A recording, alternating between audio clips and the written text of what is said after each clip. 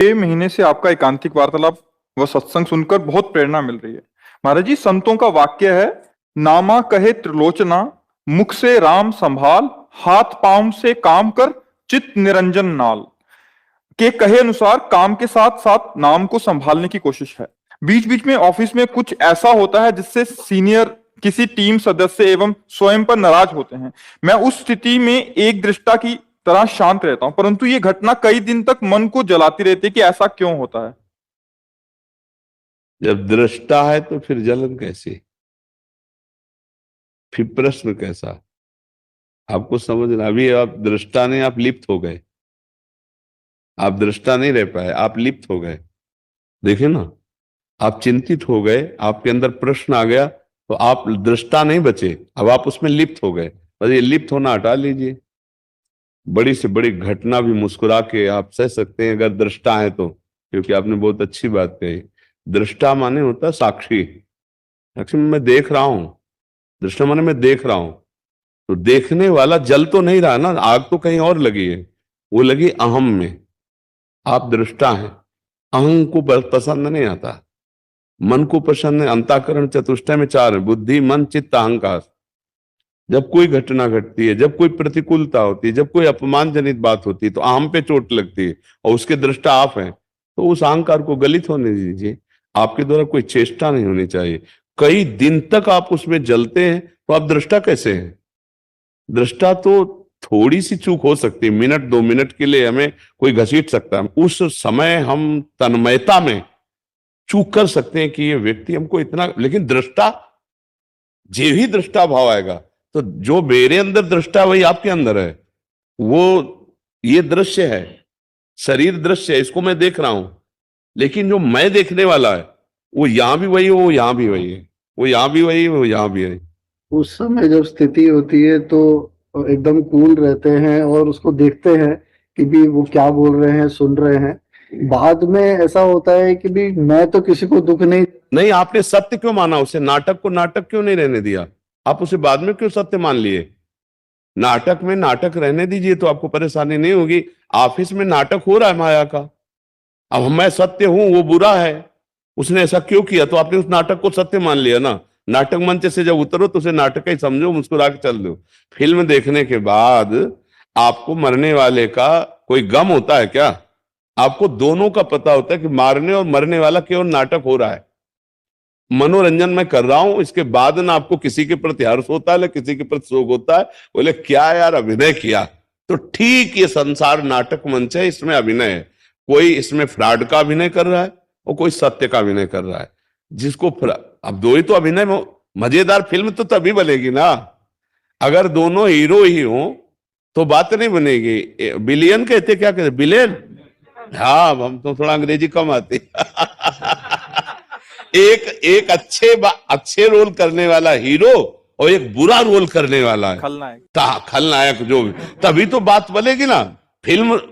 अगर हीरो का नाम पूछा जाता है, खलनायक भी पूछा जाता, कौन है खलनायक? बोले अमुक, बोले तो यार देखने लायक है, मतलब अच्छा है नहीं। तो अब वो जो संसार का रोल है ऑफिस में, उसमें सात्विक भी है, राजसिक भी है, तामसिक भी है। तीनों रोल हैं। तमोगुणी आसुरी प्रवृत्ति, रजोगुणी भोग इच्छा राजसी प्रवृत्ति, और सतोगुणी जैसे आप बोल रहे हैं ये सतोगुणी रोल। अब भैया वहां रोल करो अपना अपना, और जब रोल मंच से बाहर निकलो तो बिल्कुल फ्री हो जाओ।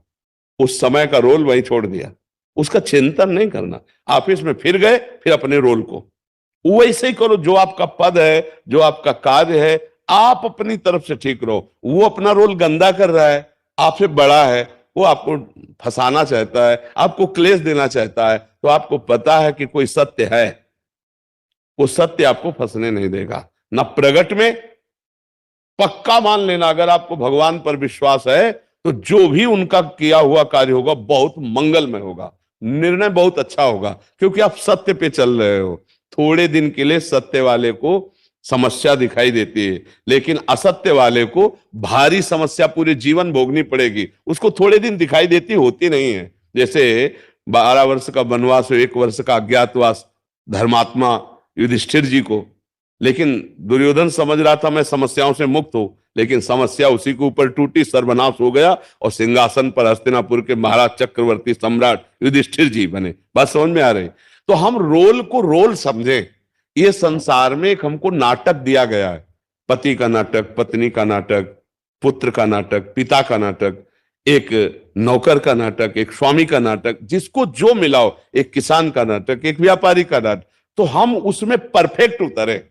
जैसे साधु का नाटक मिले तो आपको एक्टिंग पूरी वैसे, तभी आपको डायरेक्टर स्वीकार करेगा। नहीं, ध्यान पूरा वैसे ही नाटक करना पड़ेगा।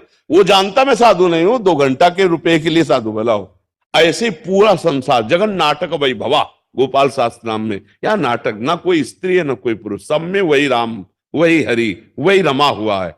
अब कहीं फ्रॉड का नाटक भगवान ने उसको दिया है, अब आप क्यों जल रहे हो? वो अपनी पूरी फ्रॉडगिरी तो पूरी करेगा, क्योंकि नाटक भगवान ने दिया है उसको, कि उसको फ्रॉडगिरी ही करनी, चाहे तुम लाख उपदेश कर लो, कुछ नहीं समझेगा, क्योंकि उसको नाटक दिया। 3 गुण है, सतोगुण, रजोगुण, तमोगुण। अगर तमोगुणी रोल में वो है तो तमोगुणी ही रोल करेगा, चाहे जितना आप सतोगुणी हाथ जोड़ो, वो अपने रोल करेगा। तो भैया आप अपना रोल निभाइए, वो अपना रोल निभा रहा है। अच्छा, इसको हम क्या करते हैं, रोल रोल नहीं रह जाता, स्वांग स्वांग नहीं रह जाता, इसे हम सत्य मान लेते हैं, फिर गड़बड़ हो जाता है। आप सत्य मान लिए तभी तो आप विक्षेप को प्राप्त होते हैं, अगर स्वांग है तो नहीं। तो आप बहुत अच्छे विवेकवान हैं, सत्य मानिए परमात्मा स्वरूप को, इसे नाटक मानिए। तो आपको जो गाली दे रहा है, आपका अपमान कर रहा है, आपको नीचा दिखाना चाहता है, वो नाटक कर रहा है। आप अपने नाटक में मत फेलो। विजय किसकी होती, फिल्म में भी देख लो, अच्छे आचरण करने वाले की विजय दिखाई जाती है और गलत आचरण करने वाले का नाश दिखाई देता है, क्योंकि ये सिद्धांत है।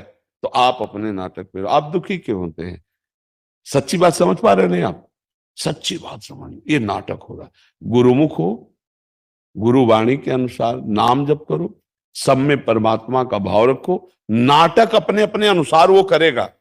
दुष्ट का नाटक भगवान ने उसको दिया, वो दुष्टता करेगा, डायरेक्टर ने उसको पास किया है दुष्ट भाव से, और वो करेगा ना। अगर वो नहीं करता तो फेल हो जाएगा ना, तो उसका दुष्टता का नाटक पूरा चलेगा।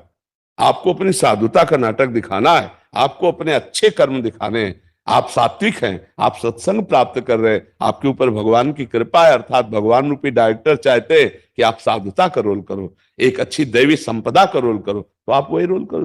केवल नाटक हो रहा है, मस्ती में रहो।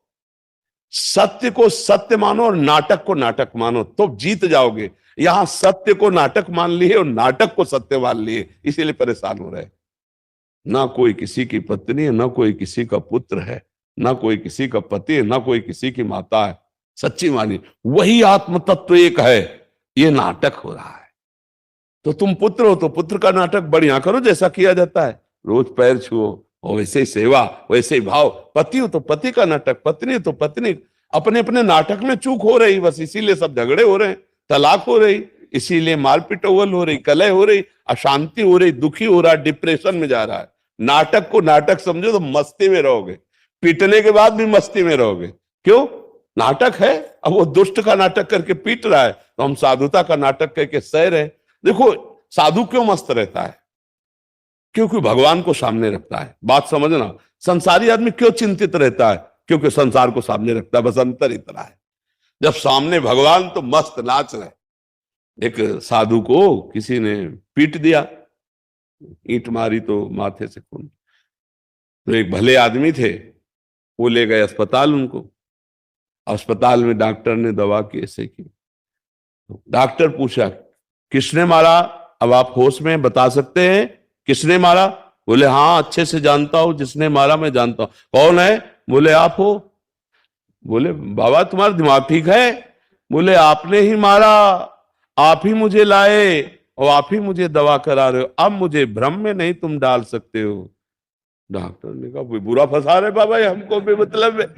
तो एक भगत थे, वो वहां आ गए। तो उन्होंने जब सुना तो उन्होंने कहा आप इनकी भाषा नहीं समझ रहे, ये उसी परमात्मा करके, उसी परमात्मा ने मारने का नाटक किया, उसी परमात्मा ने एक रूप में अस्पताल लाए और उसी परमात्मा वही एक रूप में डॉक्टर। आप ही मारने वाले हो, आप ही लाने वाले हो और आप ही बचाने वाले हो। तो जो संत होता है उसकी दृष्टि में भगवान रहते हैं, और जो संसारी होता है उसकी दृष्टि में संसार रहता है। संसार जब रहता है तो संसार दुखमय है, विषम है, चिंता, शोक, भय वो आता है। और जब भगवान रहता है तो मस्ती आती है। जैसे आप मान लो खड़े हुए, गाली दिए, दो तमाचा मारे, तो अगर भगवान को हम सामने रखते तो लगेगा भगवान इनके अंदर बैठ करके मेरा कोई पाप नष्ट करवा रहे। तो राधा राधा राधा राधा राधा भगवान दृष्टि में रहेंगे तो कभी दुख नहीं रहेगा। ये मस्त रहो। ये जीवन मानव दे मस्ती के लिए मिला है। चार गाली मिले, मुस्कुरा के चल दिए, वो उसकी क्षमता गाली देने की, हमारी क्षमता सहने की है। बड़ा हुआ सहने वाला, लौट कर गाली देने वाला उसी के बराबर हो गया।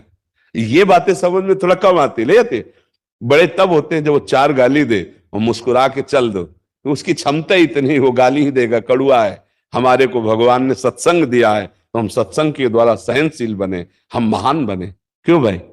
हाँ बिल्कुल, मस्त रहो। नाटक को नाटक समझो, उसको वो नाटक दिया गया है, आपको ये नाटक दिया गया है। आप धैर्यपूर्वक ऑफिस में जाइए, अपने कर्तव्य का पालन कीजिए। धर्म पर चलने वाले को समस्या आ सकती है, पर धर्म के चलने वाले को कोई नष्ट नहीं कर सकता, ये बात समझ लीजिए। धर्म में चलना थोड़ा कठिन है। अधर्म में चलने के लिए 50 सहयोगी मिल जाएंगे, धर्म में चलने वाला शायद एक आध मिले तो मिले, नहीं तो सब विरोधी मिलेंगे, आपके खिलाफ ही मिलेंगे। नहीं, यहां तक कि माता पिता परिवार भी खिलाफ हो जाते। एक बच्चा आया था अभी एक कार्तिक में, उसने कहा हमारे माँ ने कहा अगर बाबा का सत्संग सुनोगे तो मोबाइल तोड़ देंगे। और तुम्हें पिता ने कहा कसम है तुम्हें जो वृंदावन जाओ। तो हम कहा ऐसे माता पिता को प्रणाम करो, हमारा सत्संग सुन रहे हो तो झुककर उनके पैर छुओ, उनकी सेवा करो, तभी हम उमा संत के यही बड़ाई, जो मंद करत जो करे भलाई। वो हमारी बुराई करे, वो हमको क्लेश दे, हम उनका भला करें, उनका मंगल करें। ये भगवान के पार्षद हो, संत संग कर रहे हो, तुम्हारा व्यवहार मृदु पवित्र आनंददायक होना चाहिए। उनका कड़ुआ होने दो, उनका स्वभाव है। ठीक है।